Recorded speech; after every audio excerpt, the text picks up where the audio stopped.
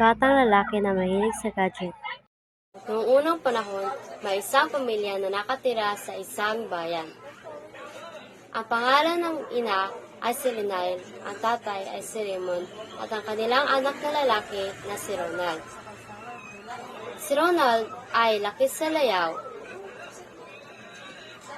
Lahat ng gusto ni Ronald ay makukuha niya dahil ang kanyang pamilya ay mayaman. Isang araw, pagkagaling ni Ronald sa kanilang paaralan, ay napakayabang niya sinasabi sa kanyang mga magulang. Inay! Gusto ko ng iPhone! Yung mga kaibigan ko, mayroon na silang iPhone. Gusto ko ng iPhone. Ronald, anak, kung sabi ko, bibigyan ka ng batay mo ng cellphone kapag ito ay malaki na. Pero inay, ako lang sa mga kaibigan ko ang walang cellphone. Ay, sige na. Bigyan ko kami ng cellphone. Pagkakasawalanin ko pa yung cellphone sa Lipat na cellphone? Ayoko nga. Ang luma na yan. Tay, at saka, hindi ako makapaglaro ng mga games kasama ng mga kaibigan ko. Dahil kung gusto ko, iPhone! iPhone! Walang magawa at bigyan ng mag-asawa ang gusto ng kanilang anak. Dahil sa hindi nila gusto na maging malungkot ang anak nila. Ronald, anak, nasupresa kami ng nanay mo. Wow, iPhone! Ang ganda! Ronald, pagputihin mo ang pag-aaral mo. Ha?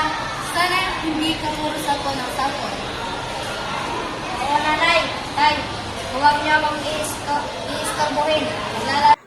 Sa susunod na umaga, dali-daling pumunta si Ronald sa kanilang paaralan upang ipagyabang ang kanyang bagong cellphone sa kanyang mga kaibigan. So, Ronald, magandang umaga. Cellphone kaya hawak mo? Wow, iPhone! Oo, syempre iPhone. Ang ganda, di ba? Ang sa inyo at luma na. Ang sa akin ay bago. Kaya huwag niyo hawakan ang iPhone ko. Baka madumihan. Yabang naman mo, Ronald. Ano? Tara, ayun tayo ng kapalayan. Pagkalipas ng mga ilang araw, palagi na lang nagsiselfon si Ronald. Palaging naglalaro kaysa mag-aral ng mabuti. Mas uunahin ang paglalaro kaysa gumawa ng mga takdang aralin.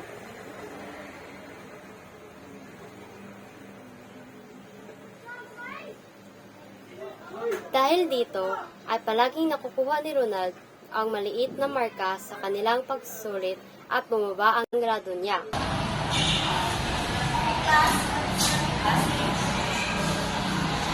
Paalam po, di nakakaparese.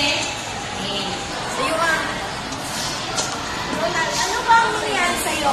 Bakit ang baba ng mga grades mo? Noon, biglawan ang taas ng mga grades mo. Ngayon ay...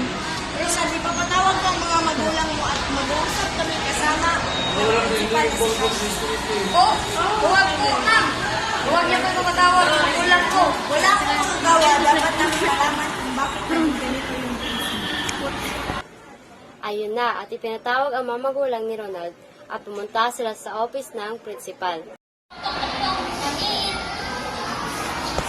Ipinatawag ko kayo ni Mrs. Pia ng inyong anak dahil ulit ang mga grades niya. Ano?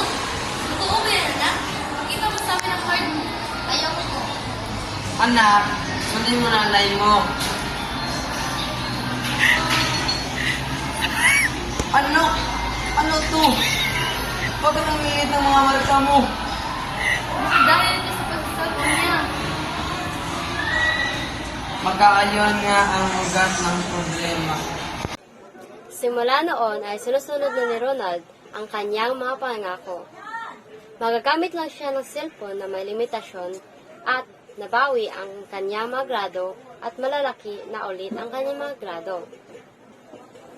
At dito na magtatapos ang aming presentasyon. At dito na magtatapos ang aming presentasyon. Maraming salamat sa pagpanonood.